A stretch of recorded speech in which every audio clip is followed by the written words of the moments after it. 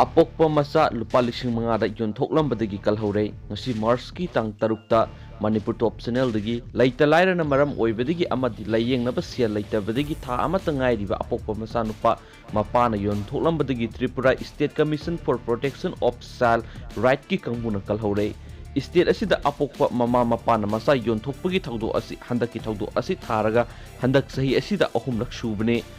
Supan Balmiki Das ko Tripura gi datu serara laiba miyoy asina maki tha amata ngairiba masanupa asi Tripura gi Kailasara da laiba Anupa Begam amadi Sohel Alam ko masa poktaba miyoy ani asida hawkiba ningthokaba numita yolambani heiri makhoi na yonthoklam liba masanupa asi sahi asigi January 16 da pokpani karigidama angang asi yonthoklam liba no haibada imung adugi leita leirana kham thengba chaningai thakningai leitabada natana angang asigi apokpi mamasu laina amana nabadagi layengnaba se leitabadagi apokpa masanupa lupa lising mangada yonthoklam mani haiba khangba ngamle hiramasigi matangda Tripura gi Education Minister Ratan Lal Nath na nungaitaba phungdokre angang yonbagi thabak satharagdiba asigi matangda matau karamna oiraklibano haibadagi asumba report district magistrate ki khuthangdagi phangnaba hotnagani hainasu phungdokre